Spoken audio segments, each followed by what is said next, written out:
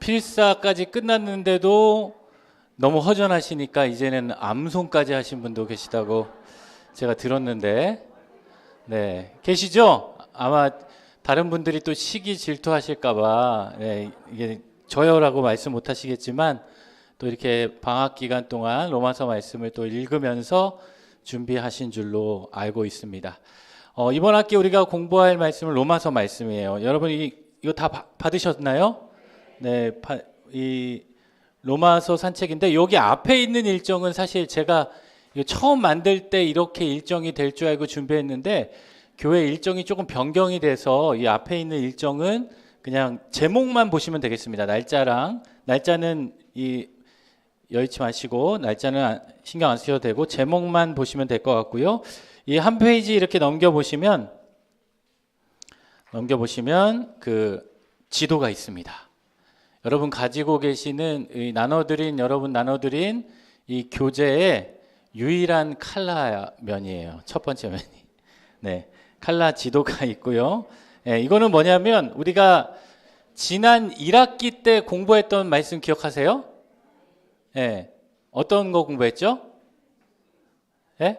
네, 여호수아 말고 로마서 공부하기 전에 여호수아 공부하고 사도행전 공부했잖아요.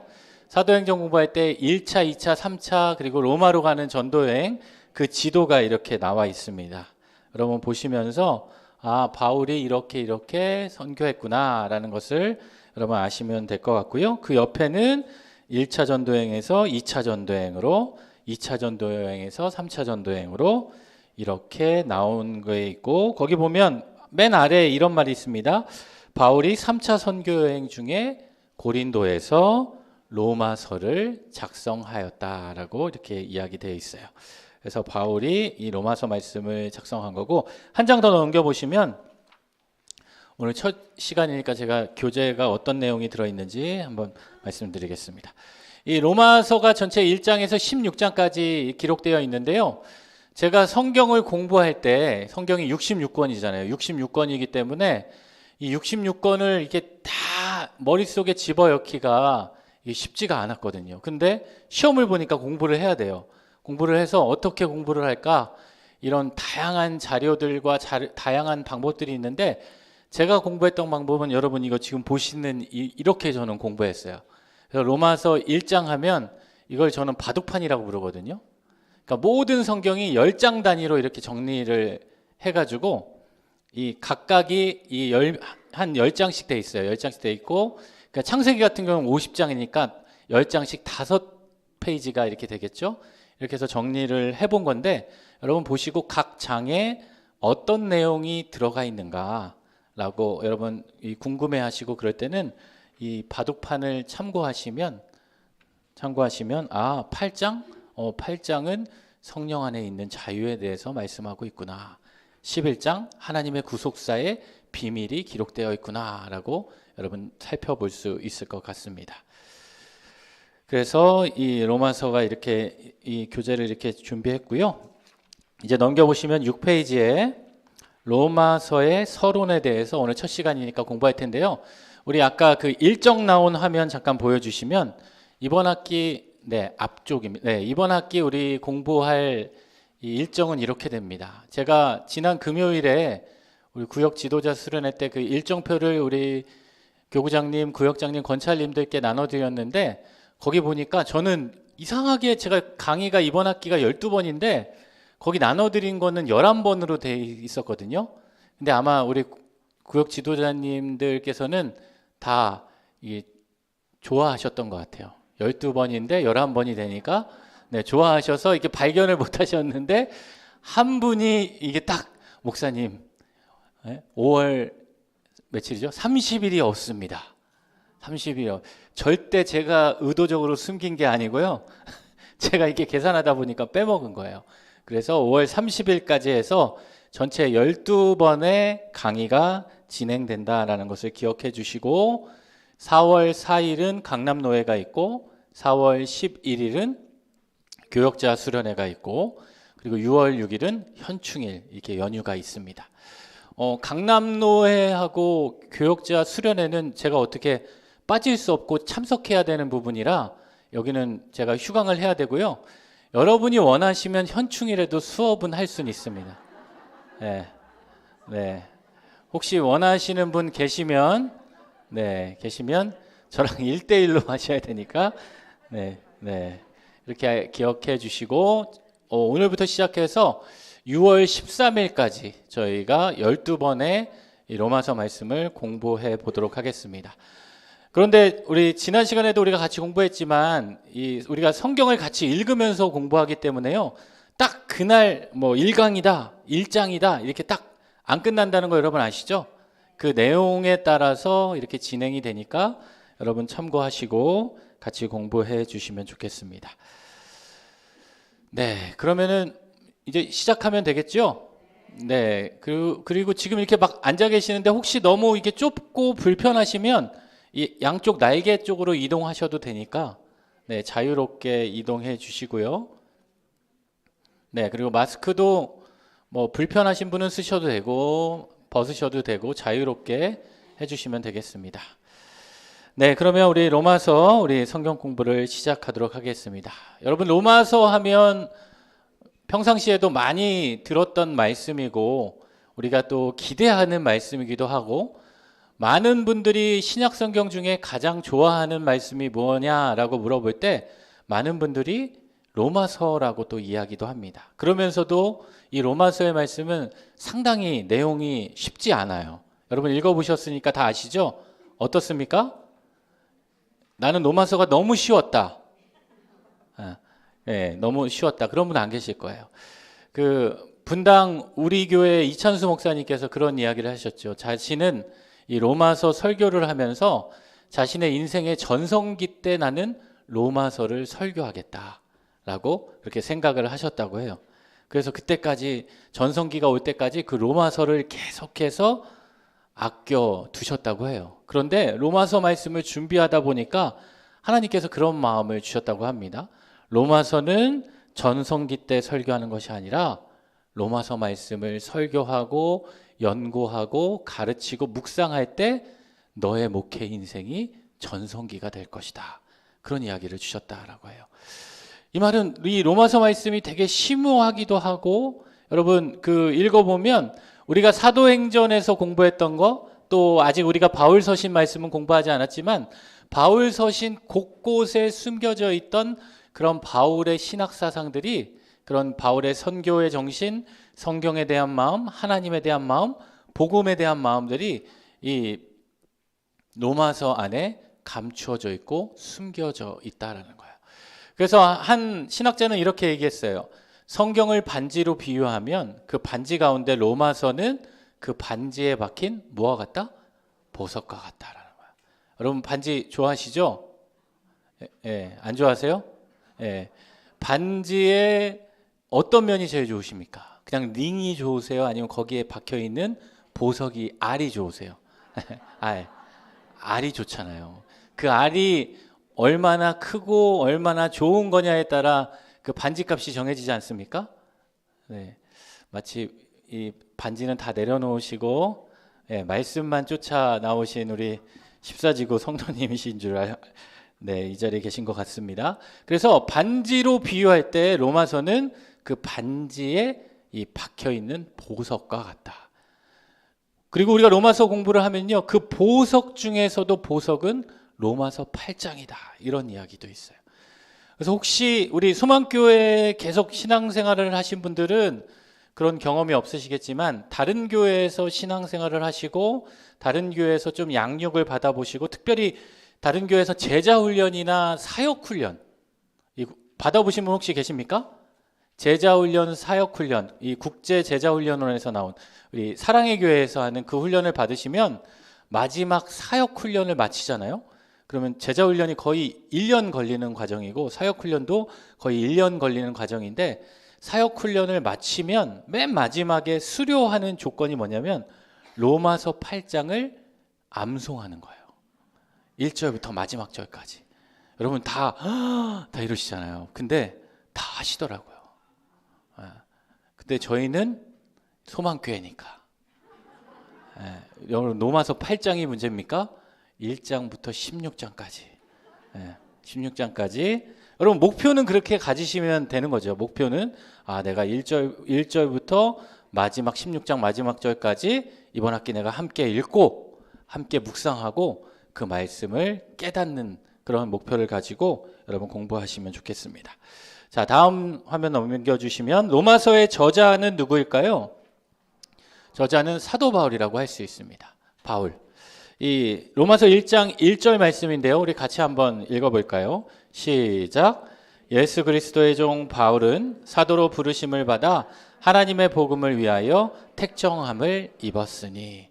바울은 로마서를 시작하면서부터 나 바울은 이라고 이야기하면서 이 말씀을 선포해 주고 있습니다. 1장 1절은 우리 이따가 본문에 가서 자세히 살펴볼 거고요.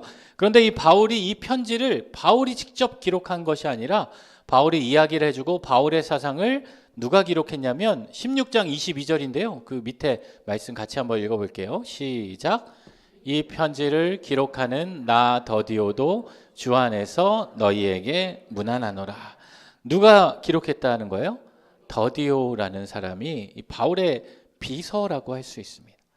바울과 함께 사역을 했던 그 동역자 중에 더디오라는 사람이 바울의 이 편지를 대필했다라고 이야기할 수 있습니다. 그러면 이 바울을 기록한 이 로마서의 수신자는 누구일까요? 이 수신자는 여러 대상이 있을 수 있는데 첫 번째는 오순절에 예루살렘에서 회심하여 로마로 돌아간 사람들이에요. 여러분 사도행전 1장과 2장을 시작할 때 여러분 혹시 기억하십니까? 그때 오순절 그 마가의 다락방 사건이 있기 전에 오순절이 돼서 각기에서 예루살렘으로 많은 사람들이 모였잖아요. 기억나시죠? 네. 그 각기에서 예루살렘으로 사람들이 모였는데 이 지도에 보시면 정말 다양한 곳에서 그런 사람들이 모였는데 그 모인 사람 중에 한 지역이 또 어디냐면 로마라는 지역이에요. 예, 로마에서도 그 사람들이 왔고 이들이 복음을 듣고 오순절날 성령 강림 사건을 함께 체험하고 각기 자기 나라로 자기 곳으로 돌아가게 되었다라는 거예요. 그래서 돌아가서 그들이 세운 곳들이 각각 교회가 있었고 그 중에 한 교회가 사도행전에 나오는 안디옥 교회이기도 했고요. 그리고 그곳 중에 한 교회가 바로 로마 교회였다라는 거예요. 그래서 그들이 돌아가서 로마에서 교회를 세웠다.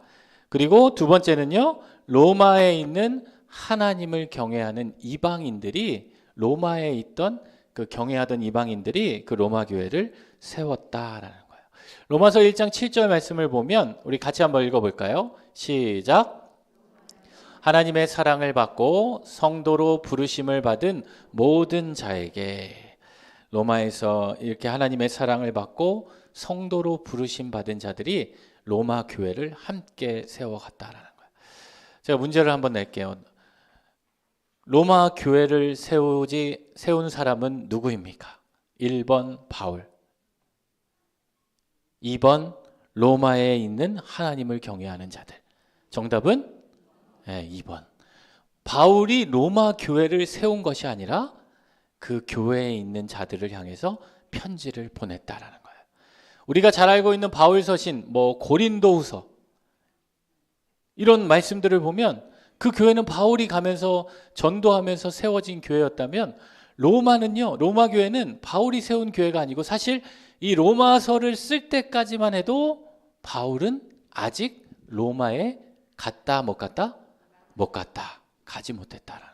그러니까 자기가 아직 가지 못했지만 그곳에 있는 성도들의 이야기를 듣고 기록한 말씀이 로마서 말씀이다라고 알고 계시면 되겠습니다. 그러면 로마서의 배경, 이 바울은 이 로마서를 어디에서 썼는가? 여러분 여기 지금 박스 안에 있는 글 한번 같이 한번 읽어볼까요? 시작.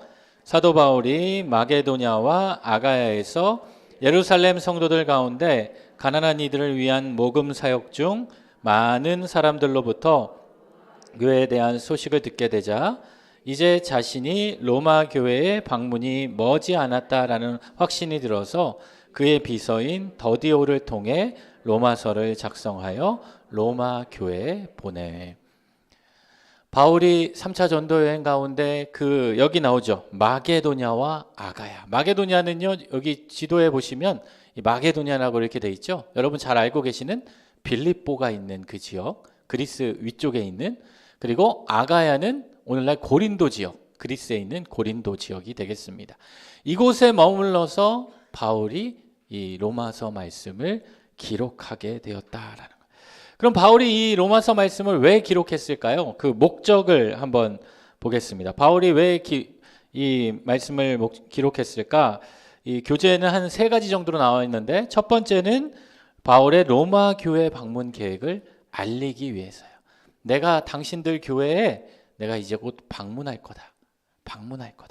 그래서 그것을 알리기 위한 목적이었고요. 한 번도 본 적이 없기 때문에 그 교회를, 그리고 그 성도들을 만난 적도 없기 때문에 바울이 미리 알려주는 거예요. 내가 그 교회를, 로마 교회를 이제 방문할 것입니다. 그리고 두 번째는 로마 교회 성도들의 신앙을 견고케 하고자. 여러분들이 열심히 믿음 안에 살아가고 있고 믿음 안에 교회 생활을 하고 있는데, 내가 방문하여서 당신들의 믿음을 더욱 견고하게 해줄 것입니다. 우리 로마서 1장 12절 말씀을 같이 한번 읽어볼까요? 시작. 이는 곧 내가 너희 가운데 너희와 나의 믿음으로 말미암아 피차 아니함을 얻으려 함이라. 그래서 그들의 신앙을 견고케 해주기 위해서 이 교회를 방문하려고 했고요. 세 번째는 로마 교회의 유대인과 이방인들을 화해시키기 위해서 바울이 이 편지를 썼다라는 거예요.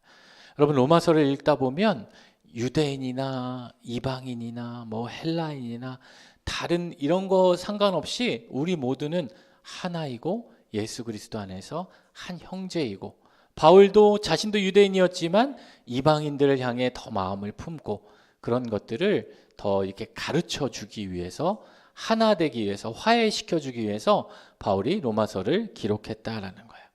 여러분, 로마서의 핵심 주제 중에 하나가 무엇이냐면 이 하나님과 우리와의 관계를 회복시켜 주는 게 있어요. 그렇죠? 여러분, 하나님과 우리와의 관계가 회복되는 게 있죠. 그런 것들을 위해서도 바울이 이 하나님과 우리와의 관계도 회복되지만 이방인과 헬라인과 유대인들의 관계를 화해시키고자 이 편지를 썼고요. 네 번째는, 또 한 가지는 이런 목적이 있었어요. 바울이 로마로 향해서, 그곳이 바울의 최종 정착지가 아니라 바울이 가고자 했던 그 바울에게 있어서 땅끝은 어디였냐면 서바나였습니다. 오늘날로 말하면 스페인을 향해서 복음을 들고 그 땅에 선교를 하기 위해서 이 로마 교회 성도들로부터 재정적인 후원을 받기 위해서 바울이 이 로마서의 편지를 썼다라는 거예요. 그러면 여러분, 이제 우리 개론인데 마지막으로 이 2가지만 한번 정리해 보겠습니다. 로마서를 기록한 바울의 목적이 있었고, 그렇다면 바울의 주제가, 이 로마서를 통해서 이야기하고자 있는 주제는 크게 2가지입니다. 크게 2가지. 첫 번째는 믿음이라는 거예요. 믿음. 우리가 그러면 무엇을 믿고 살아야 되는가? 여러분 신앙생활을 한번 생각해 보세요. 여러분의 신앙생활 속에서 여러분 내가 믿는다고 할 때 핵심이 무엇인가? 내가 무엇을 믿어야 하는가? 그래서 로마서의 말씀 가운데는 이신칭이라고 많이 들어보셨죠? 이신칭이가 뭐예요? 믿음을 통해서 어느 누구나 어떻게? 의롭다 칭함을 얻을 수 있다. 제가 한번 질문을 드려보겠습니다. 나는 아무리 생각해도 나는 스스로 참 의로운 사람이라고 생각한다. 한번 손 한번 들어보세요. 죄송해요. 다 눈을 감아주시고. 여러분, 내가 스스로 생각할 때 내가 그래도 하나님 앞에서는 뭐 정말 연약하고 보잘것없지만 내가 그 권사님보다는, 저 집사님보다는 그래도 내가 조금 의롭다라고 생각하는 그런 마음이 우리 안에 들 때가 있습니까? 없습니까? 있지 않아요? 없으세요?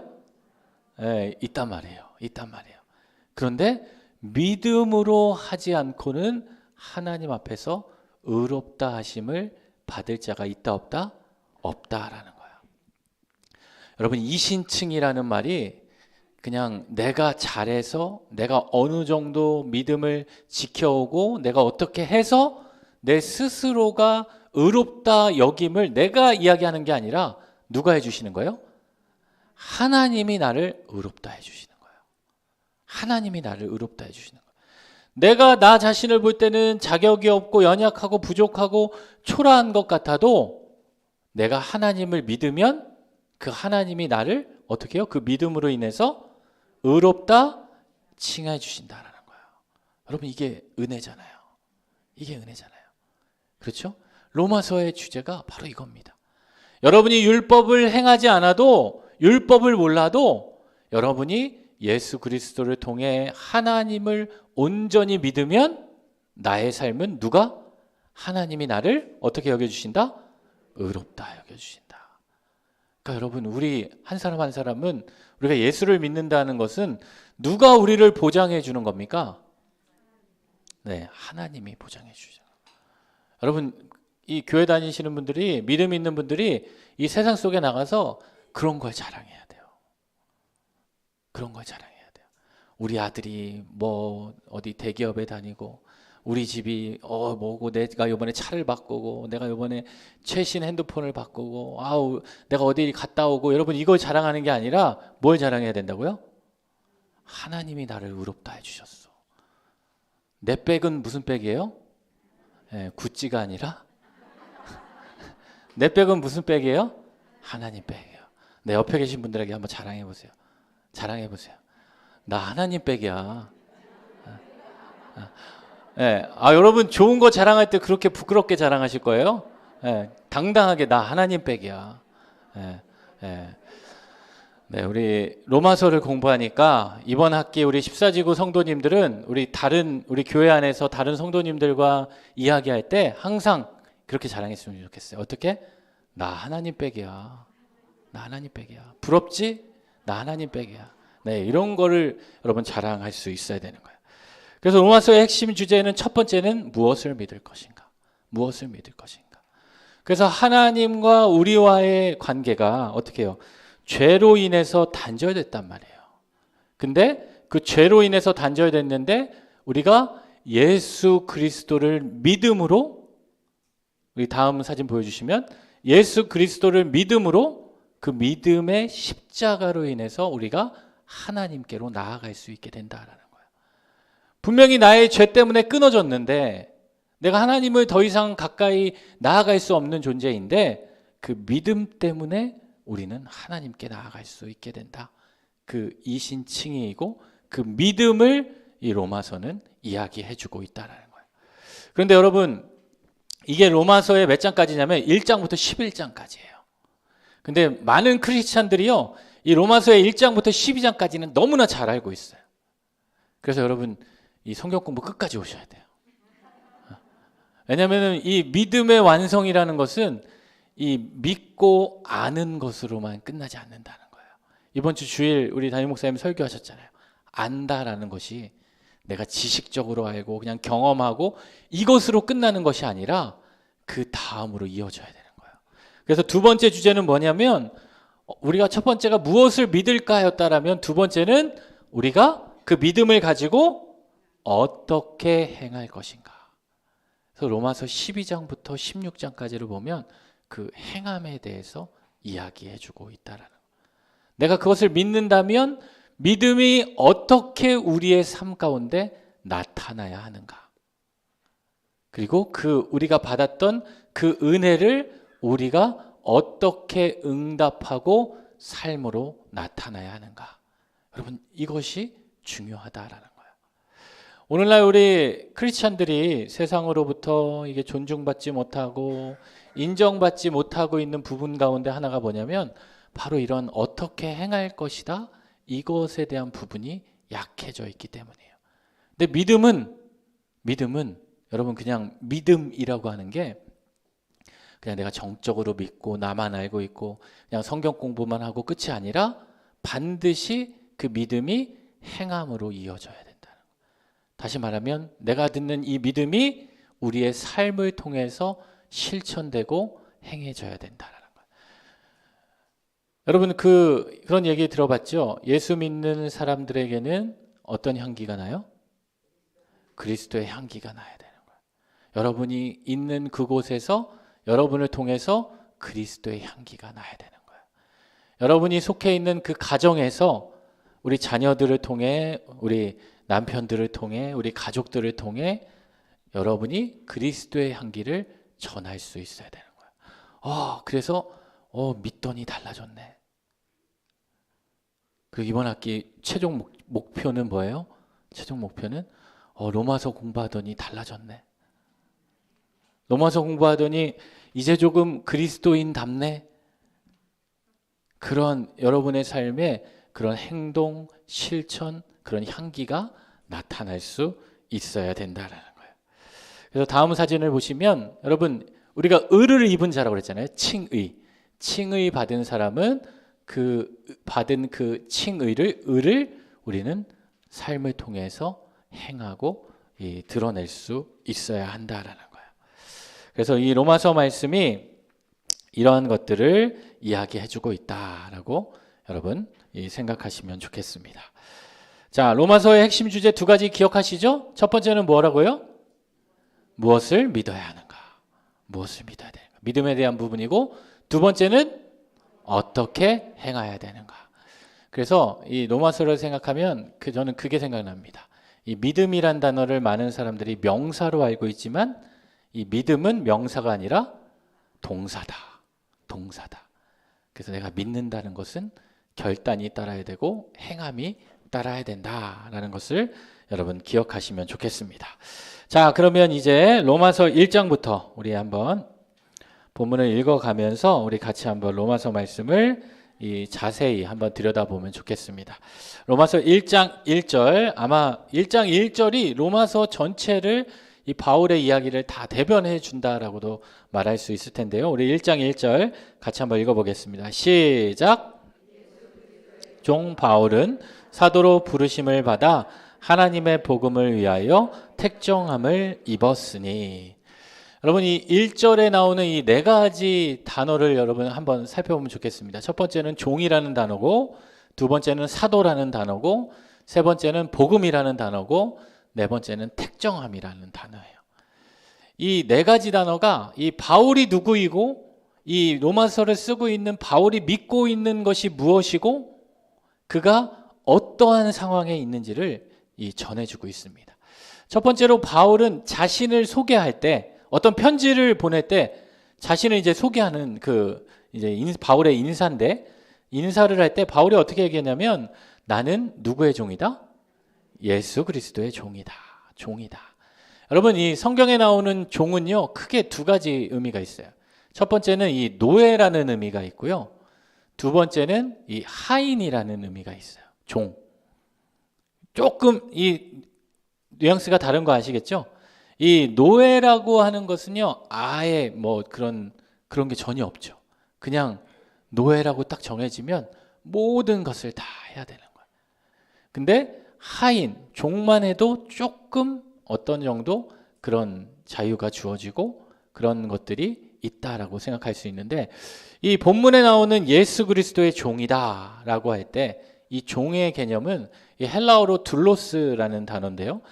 바울이 내가 예수 그리스도의 종이다라는 것은 한마디로 말하면 나는 예수 그리스도의 노예와 같다. 다시 말하면 나의 모든 소유권과 나의 모든 권한이 누구에게 있다? 예수 그리스도에게 있다라는 거예요. 왜냐하면 자신은 죄인이고 죄로 인해서 예수 그리스도의 노예로밖에 살 수 없는 그 사람인데, 하나님의 은혜로 나는 예수 그리스도의 종이 되었다라는 거예요. 그래서 여러분, 자기 스스로를 종이라고 이렇게 이야기할 수 있는 것 자체가 바울이 얼마나 하나님 앞에서 겸손한 자인지를 알 수 있습니다.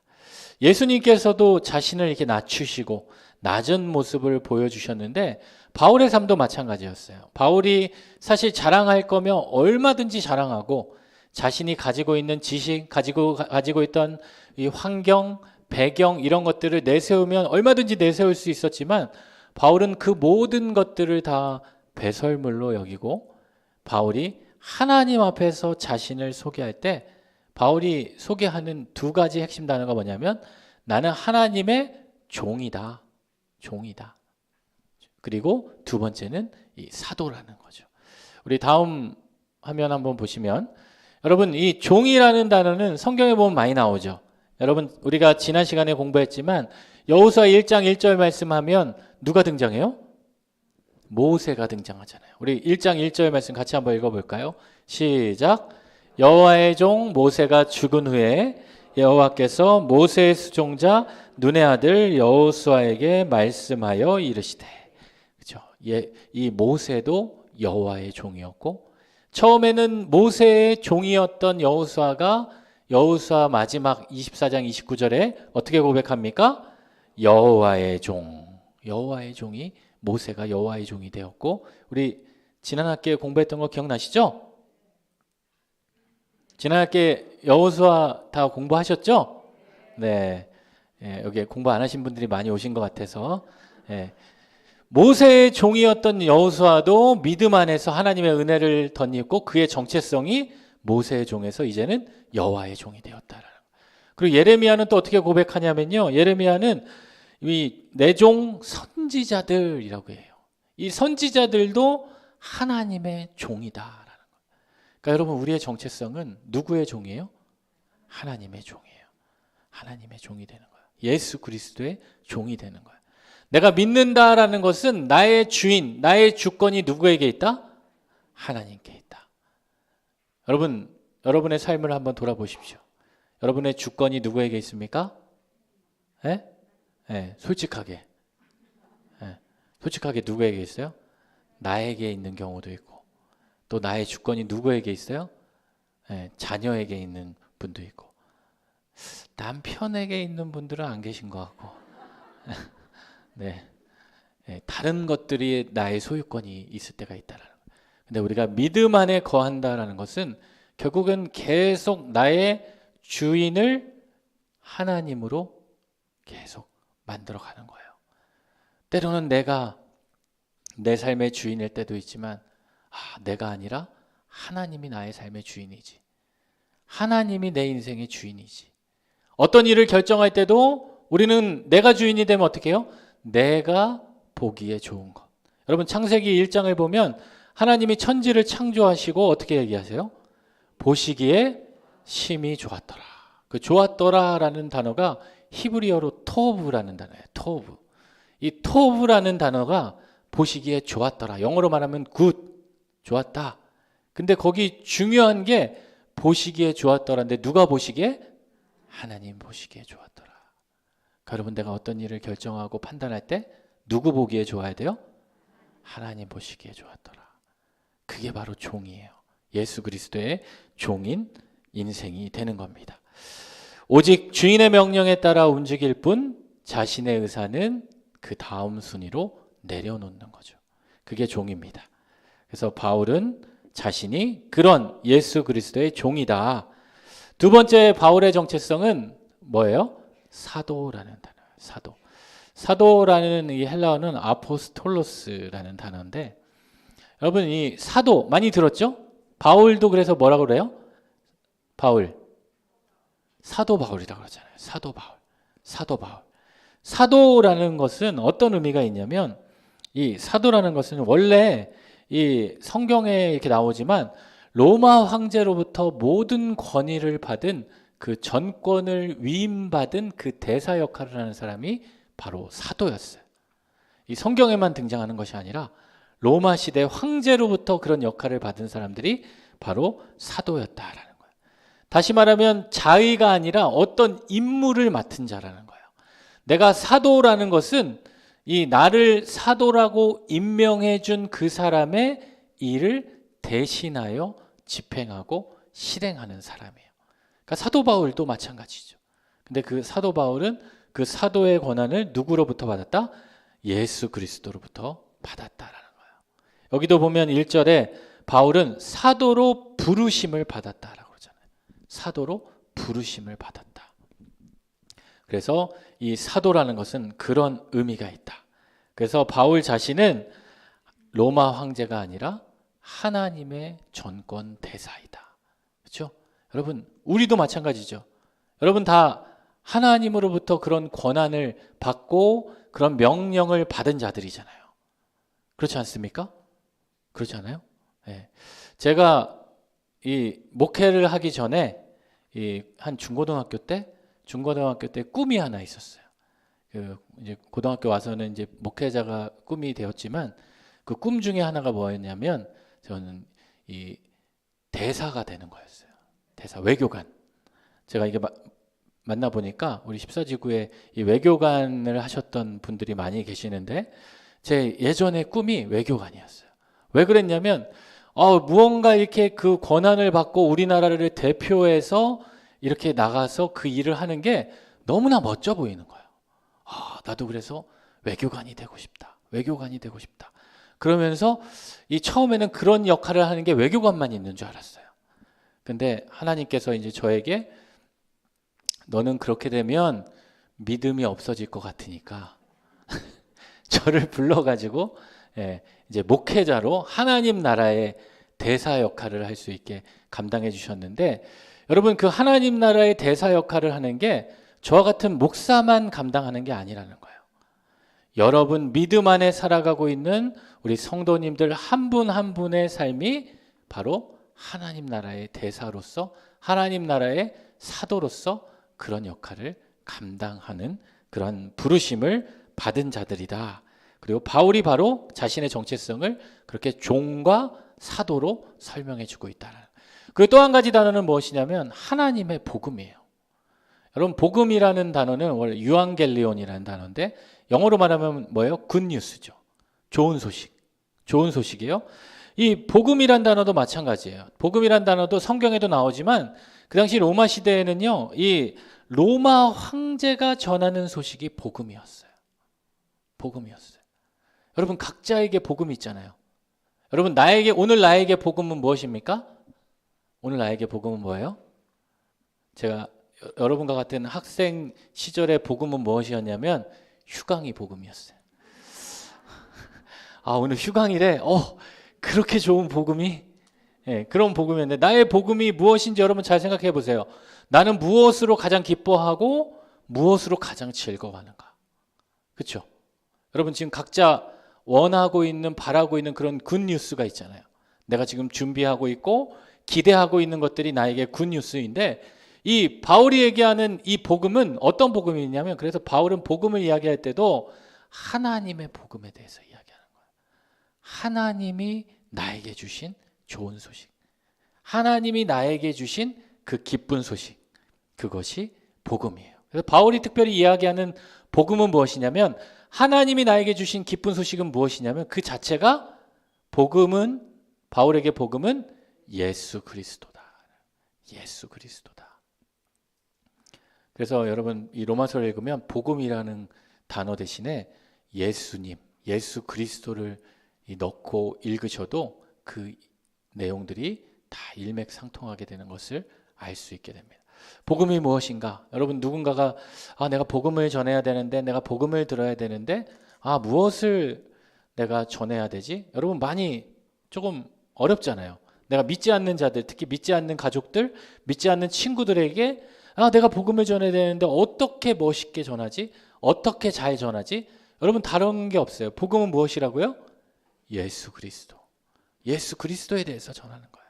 예수 그리스도. 예수님에 대한 이야기, 예수님에 대한 말씀, 예수님이 행하셨던 일들을 전하는 것 자체가 바로 복음이다라는 거예요. 그러니까 여러분의 삶 가운데 내가 여러 가지 이야기들, 다른 이야기들도 있지만 여러분 그 이야기들 가운데 핵심은 무엇이 돼야 돼요? 예수 그리스도가 돼야 돼요. 예수 그리스도가 돼야 돼요. 여러분 구역 모임에서도 마찬가지입니다. 여러분 구역에 모일 때마다 어떤 이야기를 많이 나누세요? 어떤 이야기를 많이 나누세요? 오늘은 뭐 먹지? 오늘은 어디 가지?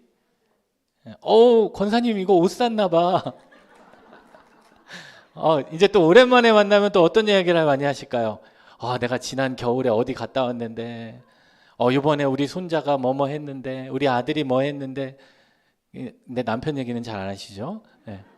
그런 이야기를 하는데 그런 얘기도 좋긴 하지만 여러분 그 이야기보다 여러분의 구역에 어떤 이야기가 가득 차야 돼요?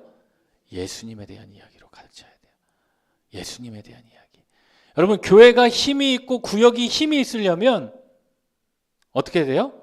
예수님의 이야기로 가득 차야 돼요. 여러분 왜 요즘 막 그런 얘기, 옛날 구역이 예전 같지 않아, 구역이 뭐 옛날처럼 이렇게 막 그런 게 없어. 왜 그럴까요? 예수님의 이야기가 사라지고 있기 때문이에요.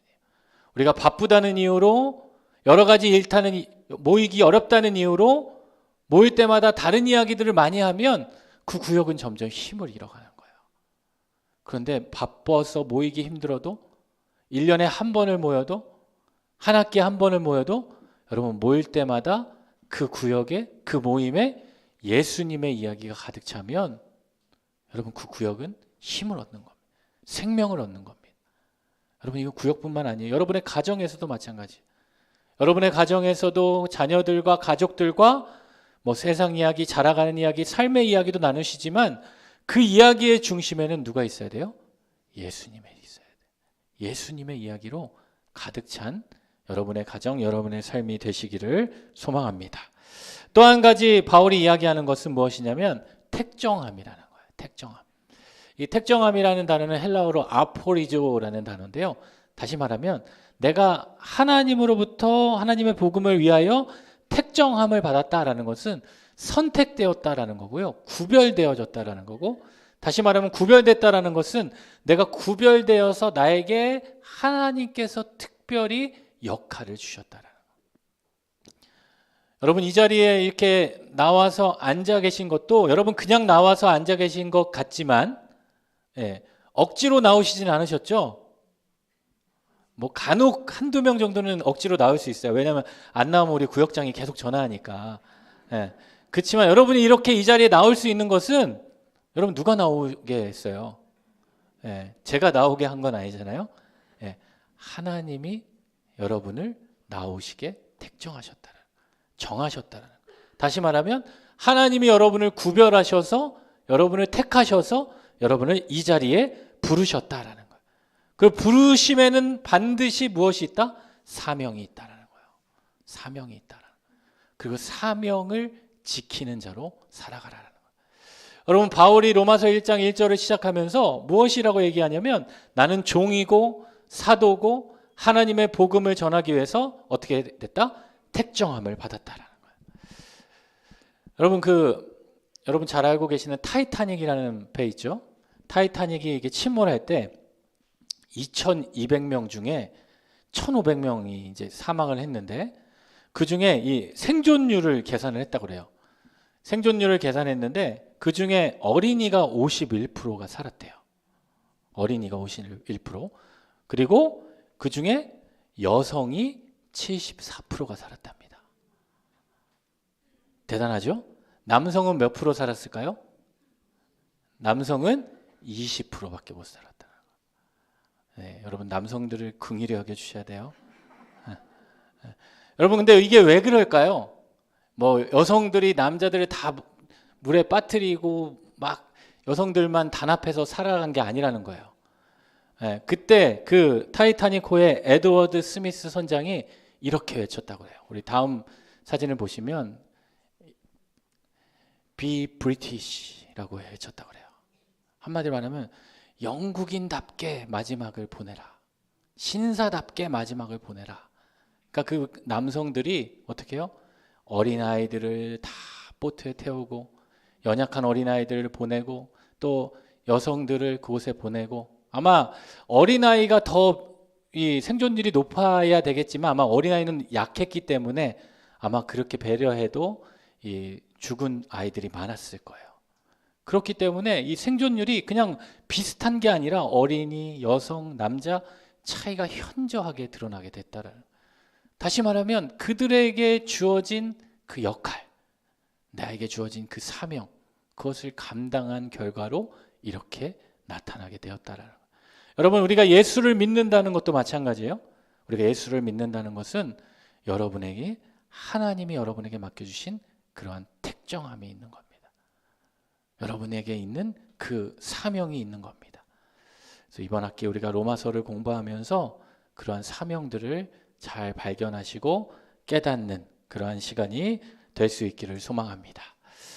네, 이 시간 우리 잠깐 한 5분 정도 쉬었다가 또 이어서 하도록 하겠습니다.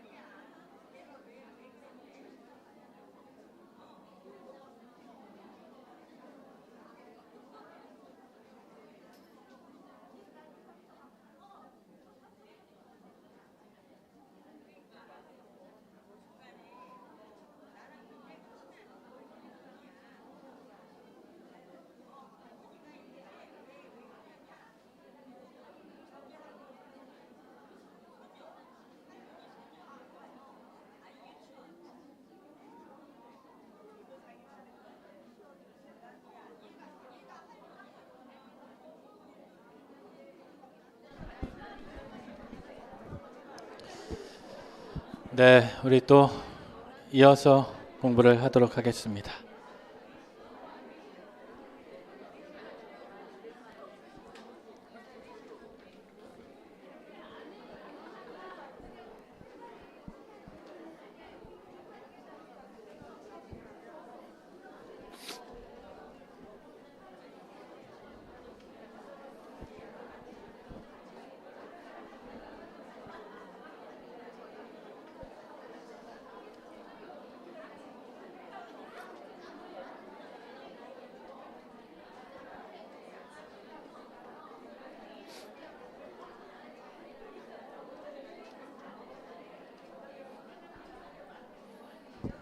네, 이제 다 들어오셨나요?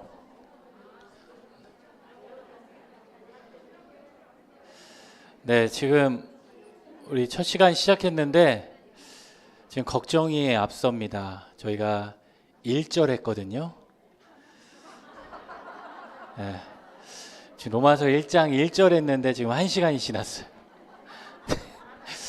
12번을 다 할 수 있을지 모르겠지만, 네, 그래서, 네, 만약에 다 못하면 2학기 때 또 2학기도 있으니까, 예, 2학기도 있으니까, 천천히, 하여튼, 자세히 읽으면서 우리 로마서 말씀을 살펴보도록 하고요.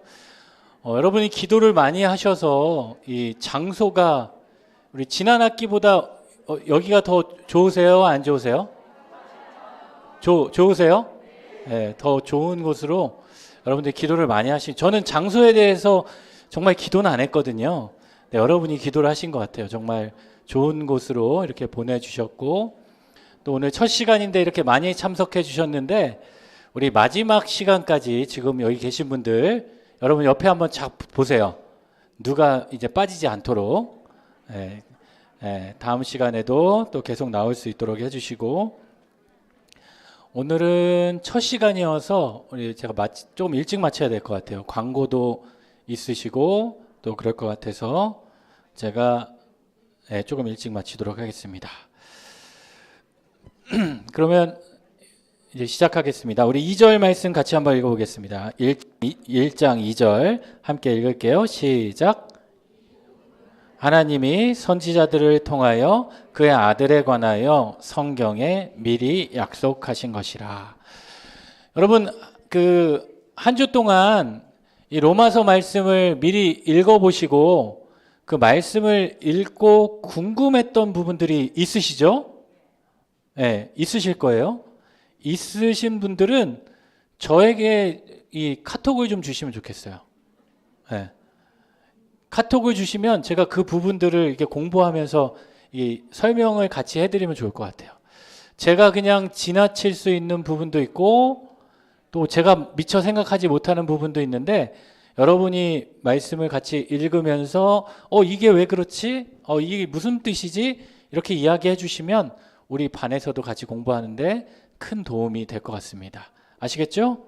네, 당일날 말고요. 네. 그 전에 저한테 좀 주시면 준비하는 데 도움이 될 것 같습니다. 자, 2절 말씀을 보면 이 복음이죠. 이 복음이라는 것은 아까 바울이 자기가 받았던 하나님의 복음을 이야기하겠죠. 하나님의 복음이 어디에서부터 왔는가? 하나님이 선지자들을 통하여.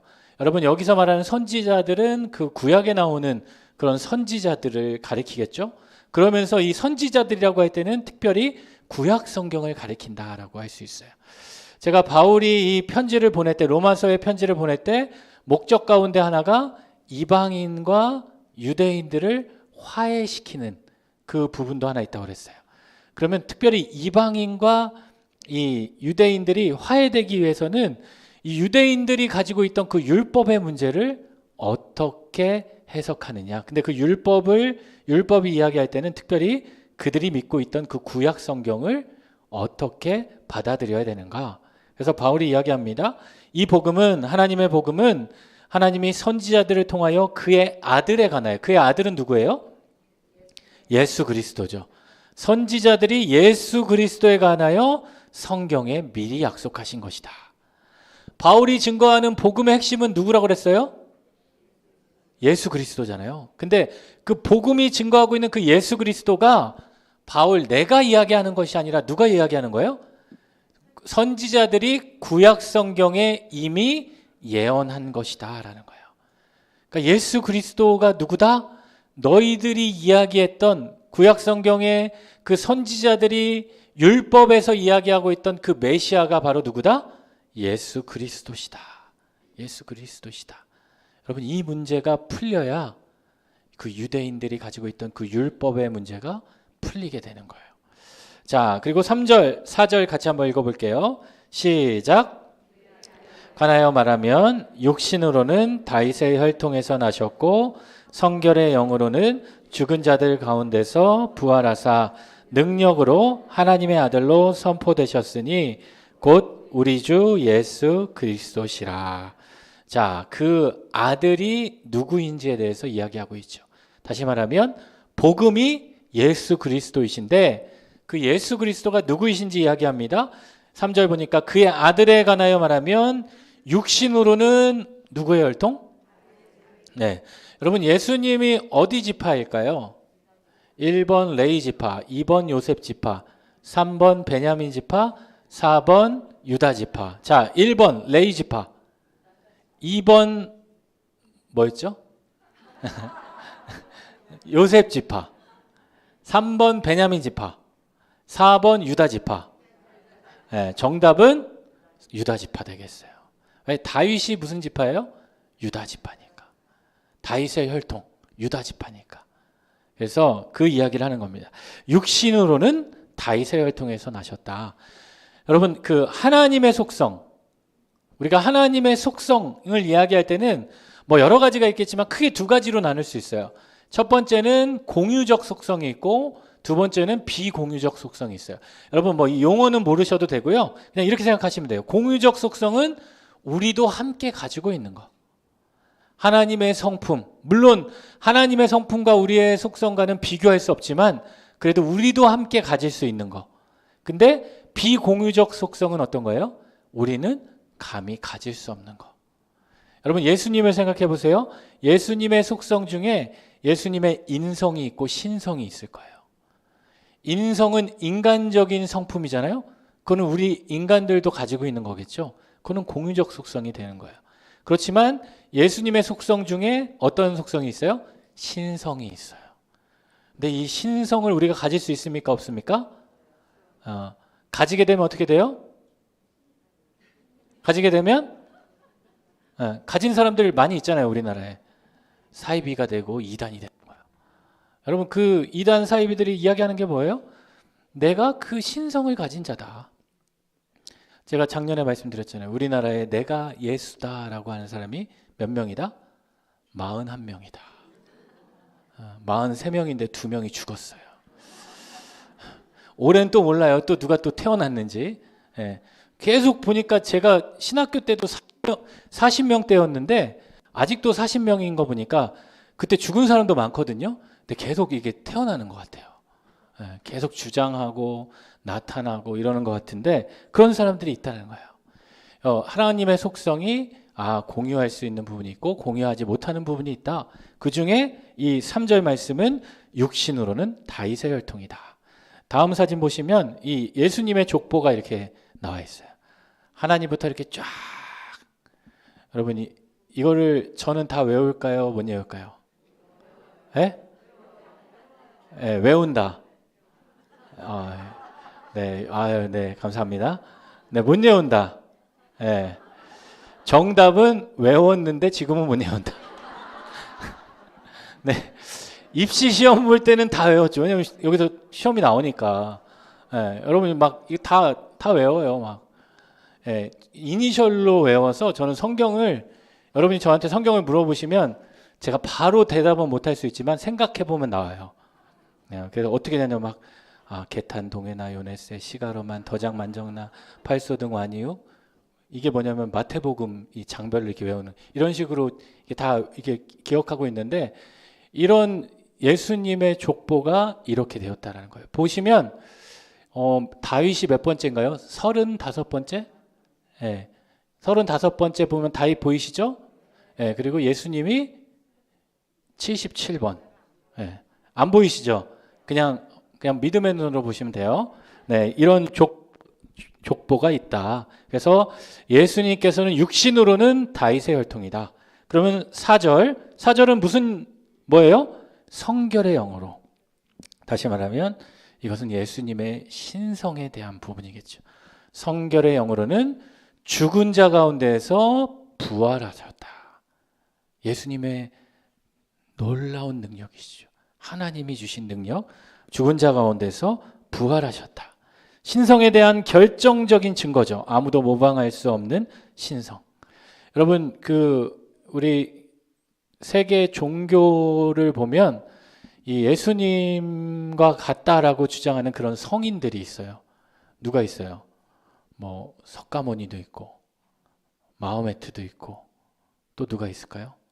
뭐 하여튼 여러 명이 있다고 할 때 그 사람들하고 예수님이 가장 다른 특성 중에 하나가 뭐예요? 뭐 많은 것들이 다르겠지만 비교조차 할 수 없는 분들이지만 부활하신 예수님이죠. 부활하신 예수님. 여러분, 무슬림들이 이슬람교가 믿는 꾸란에 보면 예수님의 이야기가 나올까요? 안 나올까요? 나와요. 저는 가끔 이게 꾸란을 볼 때가 있어요. 믿는 게 아니라 그 예수님의 이야기를 비교할 때, 그러면 그 꾸란에 의하면 예수님은 죽었다 안 죽었다? 죽지 않았다라는 거예요. 이 무슬림들은 예수님을 어떻게 이야기하냐면 예수님을 아브라함이나 그런 모세와 같은 선지자라고 해요. 자신들이 믿고 있던 그 선지자 중에 최고는 누구다? 마호메트다. 무함마드다. 라고 이렇게 주장을 하죠. 그리고 예수님의 죽음도 죽은 게 아니라 뭐 했다고 그러냐면 기절했다라고 그래요. 정말 기절할 일이죠. 그렇게 믿고 있다라는 거예요. 그런 부분들이 이렇게 있는 것을 알 수 있는데 예수님의 그 신성에 대한 결정적인 증거예요. 부활하신 예수님. 그리고 부활하사 어떻게 해요? 능력으로 하나님의 아들로 선포되셨다. 하나님의 아들이 되신 거죠. 하나님의 아들. 하나님의 아들이 되셨고, 여러분 이 4절의 이야기를 바울은 어떻게 경험했을까요? 부활하신 예수님을 바울이 어떻게 만났을까요? 그렇죠. 다메섹 도상에서 예수님을 만난 거예요. 다메섹 도상 가운데 여러분 오늘 우리는 예수님을 만날 수 있어요, 없어요? 네, 만나잖아요. 기도할 때도 만나고 밥 먹을 때도 만나고 심지어는 죄를 지을 때도 만나요. 깨닫게 하시고 우리도 만날 수 있는 거예요. 예수님의 12제자들만 예수님을 만나는 게 아니라 그들은 직접 예수님을 봤겠죠. 그렇지만 우리는 믿음 가운데, 환상 가운데, 기도 가운데, 말씀 가운데 성령의 임재하심으로 예수님을 만날 수 있게 됩니다. 그래서 바울이 어떻게 고백합니까? 그 2절 시작이 어떻게 됐어요? 뭘로 시작했어요? 2절 시작이 이 복음은 마지막에 4절 끝에 어떻게 해요? 우리 주 예수 그리스도시다. 우리 주 예수 그리스도시다. 복음은 무엇이다? 예수 그리스도시다. 여러분 복음에 대해서 증거할 때 아까도 제가 얘기했지만 어려운 게 아니라고 그랬어요. 예수 그리스도에 대해서 증거하는 거죠. 그러면 예수 그리스도에 대해서 증거할 때 여러분 내가 너무 어렵다라고 하면 이 4절 말씀만 기억해도 여러분 복음을 증거할 수 있는 거예요. 예수님은 누구시다? 죽은 자 가운데서 부활하셔서 하나님의 아들이 되신 분이시다. 이분이 누구시다? 예수 그리스도이시다. 그래서 그 예수 그리스도의 이름 자체에 무엇이 있다? 능력이 있다라는 거예요. 능력이 있다. 여러분 다른 것의 능력이 있는 것이 아니라 예수님의 그 기적의 능력이 있는 것이 아니라 무엇에 있다? 예수 이름 자체에 뭐가 있다? 능력이 있다. 여러분 예수님의 이름에 능력이 있음을 가장 잘 선포했던 그 사건이 하나 있는데 여러분 잘 아실 거예요. 사도행전에 보면 베드로가 뭐라고 얘기해요? 나에게 뭐가 없다? 자, 다음 화면 한번 보여주시겠어요? 우리 말씀 한번 같이 한번 읽어볼까요?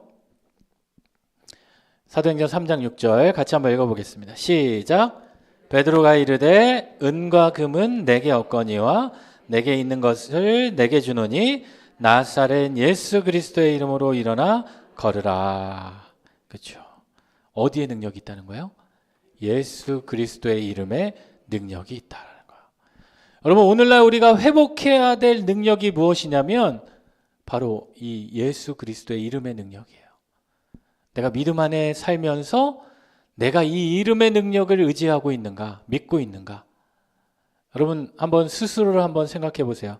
내가 일주일의 삶을 살면서 내가 예수의 이름을 얼마나 부르고 얼마나 의지하고 살아가는가? 내가 힘들 때마다 예수의 이름의 능력을 의지하며 살아가는가? 여러분, 우리가 회복해야 될 이름은 무엇이다? 예수 그리스도의 이름이다. 여러분, 복음은 그거예요. 바울이 이야기하고 있는 건 그거예요. 너희가 믿고 있는 예수 그리스도 그 이름이면 충분하다라는 거예요. 그 순회 전도단 그 김용희 선교사님 아세요? 김용희 선교사님. 그분이 이 복음을 증거하는데 그분이 하고 있는 복음학교라는 게 있어요. 지금도 아마 하실 텐데 제가 한 일주일 간 적이 있는데 복음학교에 가면 뭐 하냐 그랬더니 복음만 듣는데요. 복음만 듣는데요. 근데 정말 가면 뭐 하냐면 복음만 들어요. 예수 그리스도에 대해서만 이야기하고 예수 그리스도에 대해서만 찬양하고 예수 그리스도에 대해서만 묵상하고 그렇게 했더니 막 처음에는 막 좀이 쑤시고요. 핸드폰도 다 뺏고 그러니까 바깥 세상 궁금하고 막 걱정되고 불안하고 막 지겹기도 하고 졸리기도 하는데 예수 그리스도가 내 안에 들어오고 그 안에 충만하게 되니까 여러분 어떤 일이 일어나냐면 예수 그리스도가 내 삶을 딱 비치니까 어떤 일이 일어날까요? 회개가 나오는 거야. 내 죄가 뉘우쳐지고 내 죄가 보이기 시작하고 아, 복음이 얼마나 큰 힘이고 얼마나 큰 능력인지를 깨닫게 된다는 거예요. 그 선교사님이 그런 이야기를 말해요. 예수면 다냐? 예수면 다냐? 그럼 뭐라 그럴까요? 그래 다다.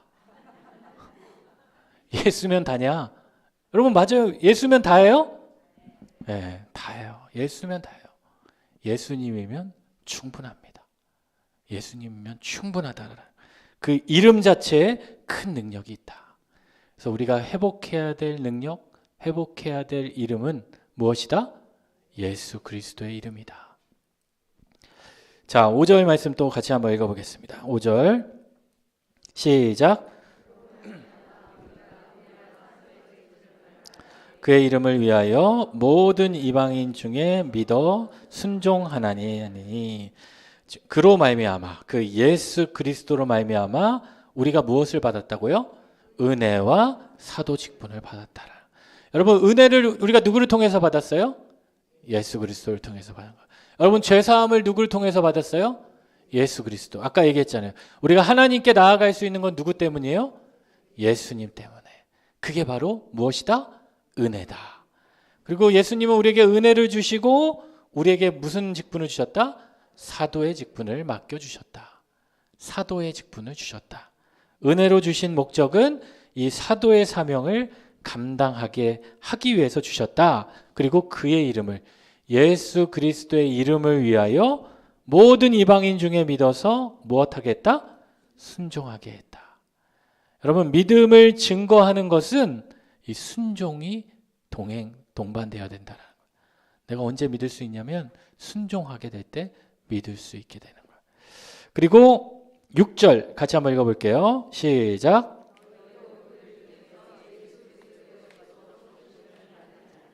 네, 바울이 자신에 대해서 내가 은혜를 입었고 사도의 직분을 받았을 뿐만 아니라 누구도? 너희는 누굽니까 여기서? 네? 네, 로마 교회 성도들이겠죠. 로마 교회 성도들. 그러니까 여러분 로마서를 읽으면서 많은 분들이 내가 사도 바울로 생각하는 분들 계시는데 여러분 내가 로마 교회 성도라고 생각하고 한번 읽어보시면 좋겠습니다. 바울의 권면하는 것을 나는 다 지키는데 나는 다 따르는 데가 아니라 내가 무엇이 이 말씀을 통해서 하나님이 듣게 하실까? 그래서 너희도 우리도 그들 중에서 예수 그리스도의 것으로 어떻게 된 자라고요? 부르심을 받은 자다. 다시 말하면 부르심을 받았다. 아까 바울이 첫 번째 1절에서 네 가지 기억나세요? 나는 무엇이다? 종이다. 사도다. 그리고 하나님의 복음을 전하기 위해서 뭐 받았다? 택정함을 받았다. 그 택정함이 한마디로 부르심을 받았다는 건데 6절에 마찬가지예요. 로마 교회에 있는 너희 성도들도 예수 그리스도의 것으로 어떻게 됐다? 부르심을 받았다라는 거야. 부르심을 받았다라는 거야. 그러니까 하나님의 부르심에 믿음으로 응답한 자들에게 하나님께서 은혜와 사도의 직분을 부어주셨다라는 거예요. 자, 7절 말씀도 같이 한번 읽어보겠습니다. 7절 시작. 하나님의 사랑을 받고 성도로 부르심을 받은 모든 자에게 하나님 우리 아버지와 주 예수 그리스도로부터 은혜와 평강이 있기를 원하노라. 야, 로마 교회 성도들이 누구인지를 이야기해주고 있죠. 우리 아까 처음에 시작했는데 첫 번째 보니까 하나님의 사랑하심을 받은 자들이에요. 로마 교회 성도들은. 여러분 교회가 어떻게 시작됐겠어요? 하나님의 사랑을 받은 자들이 모여서 시작한 게 교회가 되겠죠. 그러니까 교회는 그 사랑을 입은 자들이 모인 거예요. 그리고 그 모인 자들이 사랑하심을 받고 뭐라고 부르심을 받았다고요? 성도라고 부름 받았다는 거예요. 여러분 성도라는 단어는 헬라어로 하기오스라는 단어예요. 근데 여러분 이 성도라는 제가 예전에 그 어떤 분한테 성도님 이랬더니 그 성도님이 그러시더라고요. 저 권사예요. 내가 권사가 되기 위해서 몇 년을 기다리고 어떻게 공부하고 어떻게 그 교회는 이 권사님이 되려면 그 선거를 해야 돼요. 우리 장로 여러분 다른 교회들 많이 그래요. 여러분 우리 소망교회는 이렇게 추천해서 그 교육을 받으면 권사로 임직하시잖아요.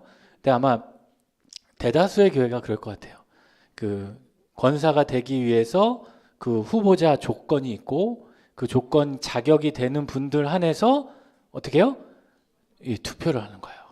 투표를 해서 또 과반수 이상이 돼야 이렇게 되니까 그분이 되게 기분이 나쁘셨던 것 같아요. 근데 우리가 이 성도라고 할 때는 이 그리스도 안에서 하나님의 사랑 입으심을 받은 자를 의미하는 거예요.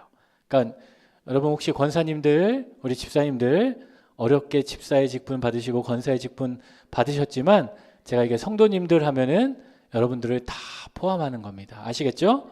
네, 그래서 하나님의 사랑을 받은 자고 이 성도라는 단어의 의미에는 이 헬라어 하기오스에는 어떤 의미가 있냐면 내가 하나님께 헌신되었다.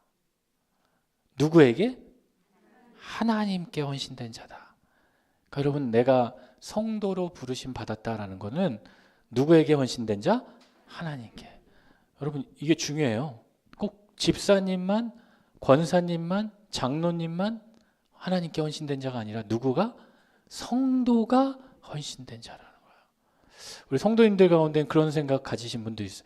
아유, 난 아직 성도인데 내가 뭐 벌써 이렇게 너무 앞서서 나중에 집사님이나 권사쯤 되면 내가 좀 헌신해야지. 그게 아니라는 거예요. 우리가 하나님의 사랑하심을 받아서 성도가 되었다라는 것은 내 삶이 하나님께 헌신되었다라는 거예요. 그리고 이 직분을 누가 주신 거예요?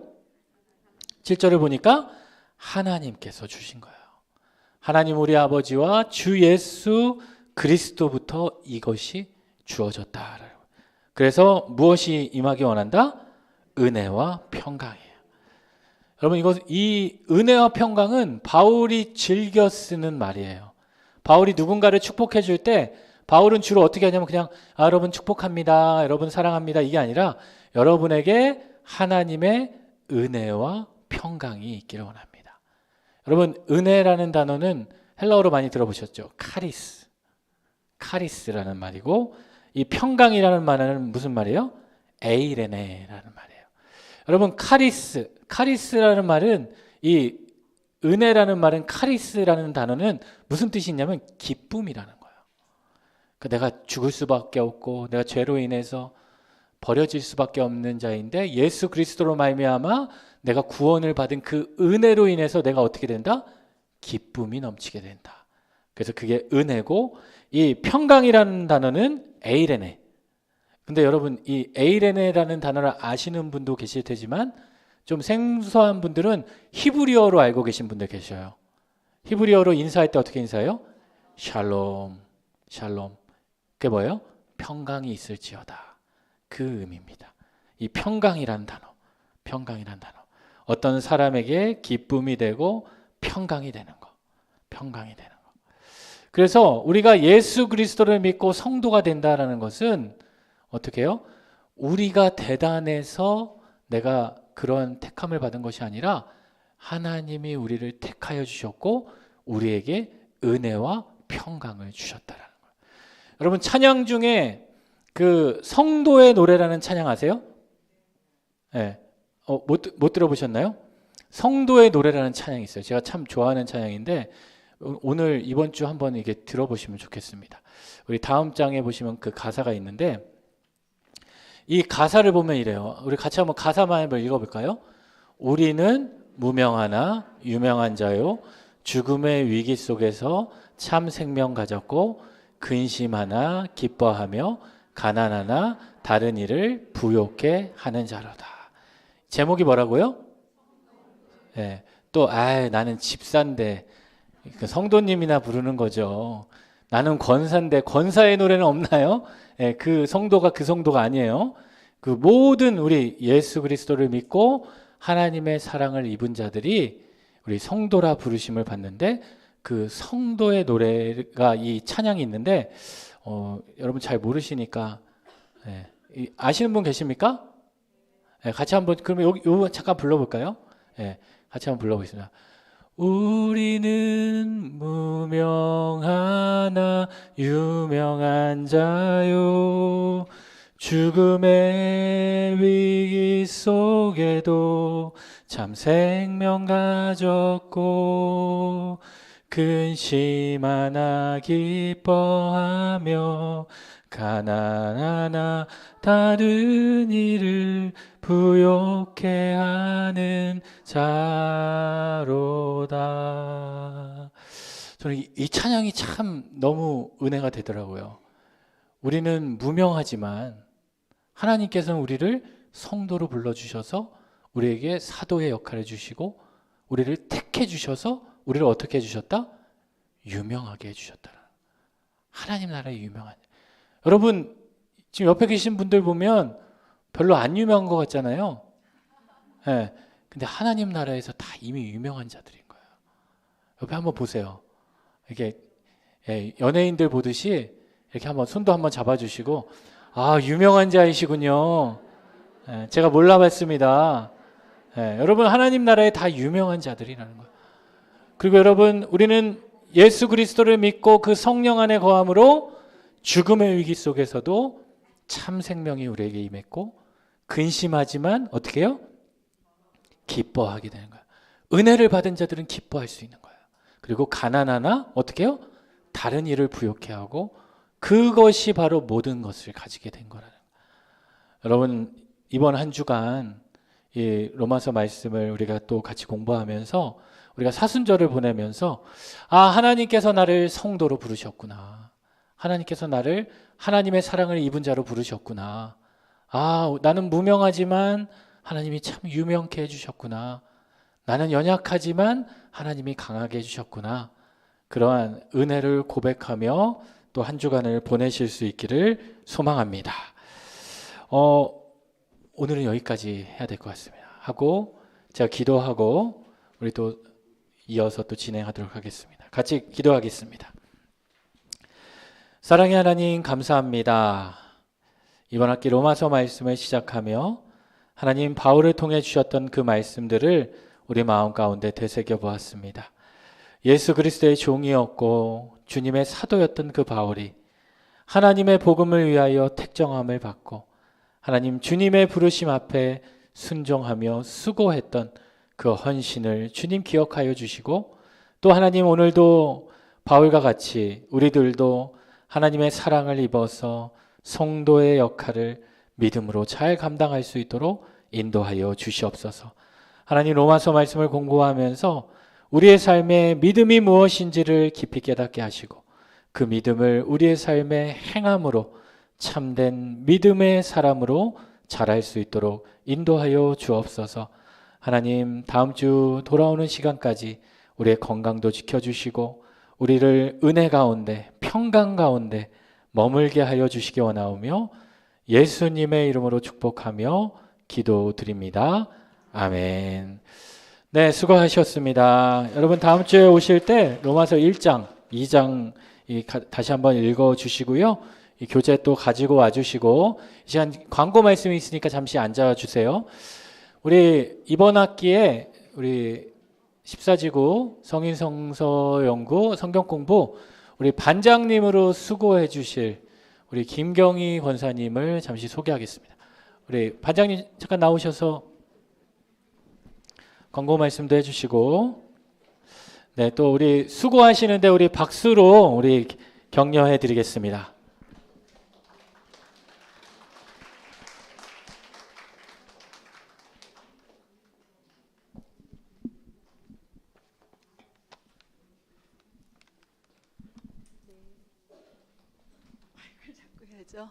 네, 이마누엘 샬롬. 14지구 성경공부반 섬기게 된 반장 김경희 권사입니다. 따뜻하고 풍성한 은혜가 있는 성경 공부반 되도록 그렇게 섬기겠습니다. 네, 몇 가지 광고를 드리겠습니다. 물가 인상으로 부득이하게 회비를 이렇게 올리게 되었습니다. 월 5,000원, 월 10,000원 이렇게 아니고요. 상반기 5만 원, 하반기 5만 원, 년 10만 원 이렇게, 네, 그렇게입니다. 이 회비는 소중하게 사용하고 또 정성껏 준비해서 그렇게 잘 섬기겠습니다. 네, 그리고 교구장님께서는 조장을 정해 주시기 바랍니다. 그리고 조장님께서는 출석과 회비를 이렇게 담당해서 해주시면 감사하겠습니다. 교재는 1인 한 권으로 준비되어 있습니다. 네, 이렇게 많이 나와주셔서 감사드리고요. 앞으로 잘 부탁드립니다.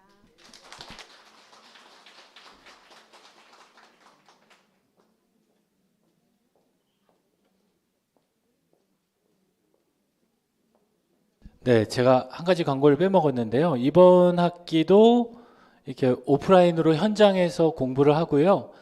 우리 온라인 유튜브로 동시에 이렇게 송출이 되고 있습니다. 그래서 그 유튜브 링크를 제가 이게 매주 이렇게 보내드리긴 하겠지만 이게 아마 이렇게 전달되고 그러면 좀 늦을 수가 있어서 유튜브에 제 이름을 검색하시면 이렇게 바로 뜰 거예요. 제 이름 아시죠? 예, 예.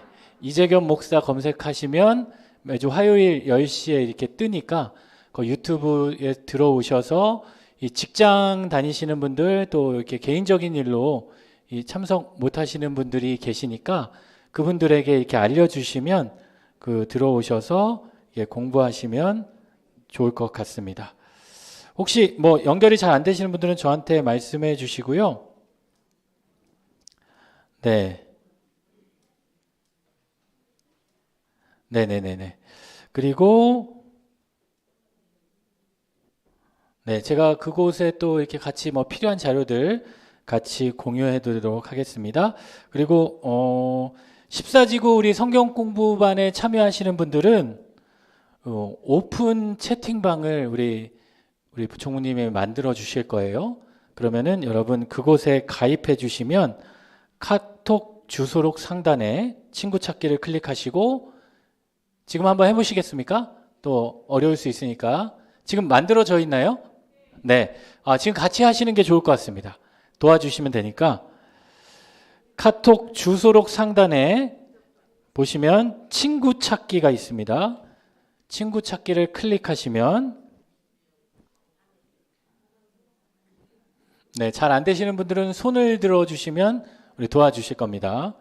카톡 주소록 상단에 친구 찾기 클릭하시고 거기에 14지구 성경 공부라고 입력하시면 돼요.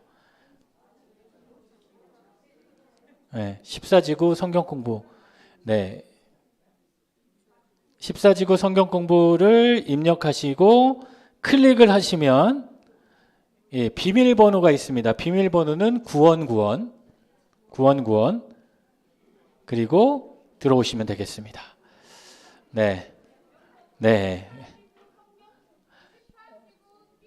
14지구 띄고 성경 공부. 14지구 띄고 성경 공부. 네, 친구 네, 카톡으로 들어오셔서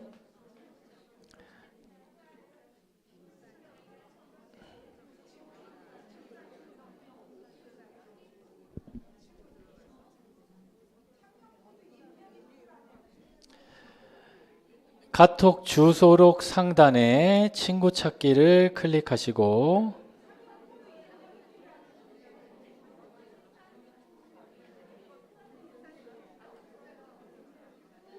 네.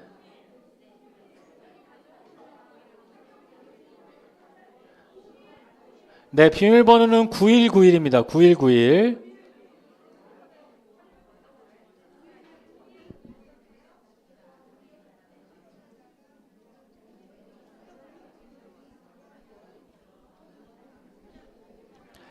네, 14지구만 검색해도 나오는 것 같아요.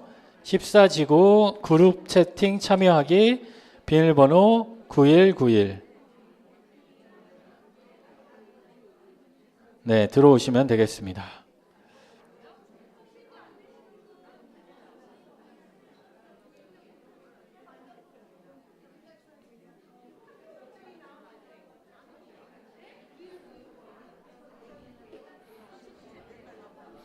네, 또 광고 없으시죠? 다. 네.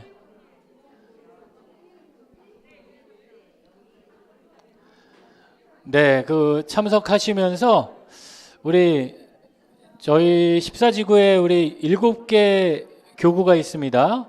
우리 7개 교구가 있는데 올해 우리 교구장님으로 수고해 주실 분들을 우리 잠깐 소개할게요. 우리 교구장님들 잠깐 우리 앞으로 잠깐 나와 주시면 네. 네, 교구장님들 또 올해 이게 수고하실 텐데 우리가 구역 지도자 수련회 때는 소개했지만 우리 전체 우리 또 반내에서 네. 우리 교구 반장님도 앞으로 나오시고요.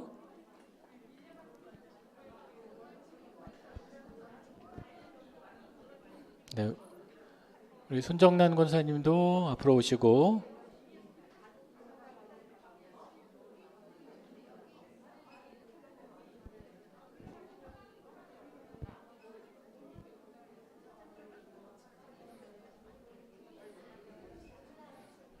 네, 여기 한 분씩 잠깐 인사 한번 해주시면.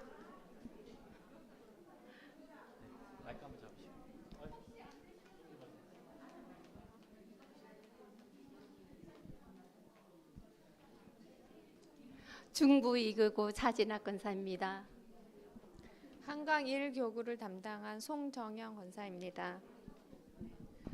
중부 1교구를 담당한 전현숙입니다. 한강 2교구 김은희 권사입니다. 중부 3교구 강혜림 권사입니다. 일산교구 김향란 권사입니다. 중부 4교구 손정란 성도입니다.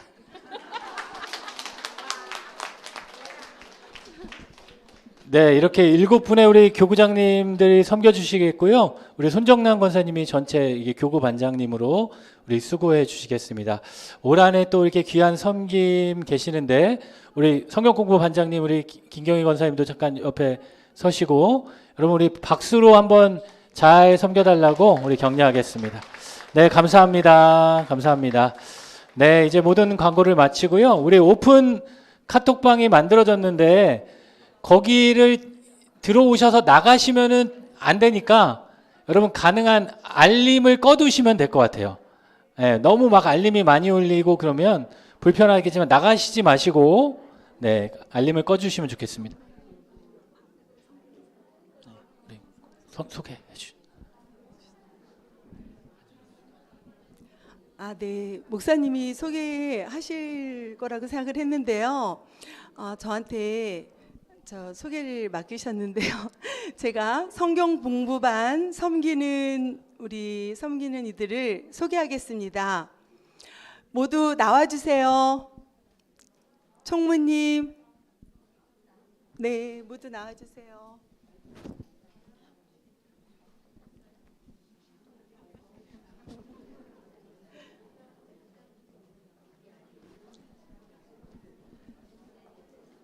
네, 올 한 해 동안 14지구 우리 성도님들을 섬기는 이들을 소개합니다. 제가 마이크를 넘기겠습니다. 자기소개해 주세요. 네, 안녕하세요. 총무 김은영입니다. 잘 모시겠습니다. 안녕하세요. 저는 원래 부총무로 섬기게 됐고요. 지금 오늘 97분 오셨는데 지금 저희 이 오픈 채팅방에 67분 지금 들어와 계세요. 지금 안 되신 분들 많으신 것 같은데 꼭 들어와 주시고 앞으로 연락처나 아니면 새로운 구역분들 등등 생기시면 저한테 연락 주시기 바랍니다. 감사합니다. 죄송한데요. 지금도 벌써 이모티콘 막 올라오는데 제일 상단에 보시면 공지사항에 나와 있습니다. 본 단톡방은 공지 수업 내용 전달 전용입니다. 죄송하지만 아멘으로만 해도 저희가 100명 넘게 하답하시면 공지가 묻힙니다. 여러분들 꼭 협조 부탁드립니다. 여기서 보냈어. 안녕하세요. 회계 김영순 집사입니다. 1년 동안 회비로 잘 도와주시기 바랍니다. 감사합니다. 안녕하세요. 서계 김혜정 권사입니다. 안녕하세요. 봉사팀 우희정입니다. 잘 섬기겠습니다. 안녕하세요. 봉사팀 장성훈 권사입니다. 올 한 해도 잘 부탁드립니다.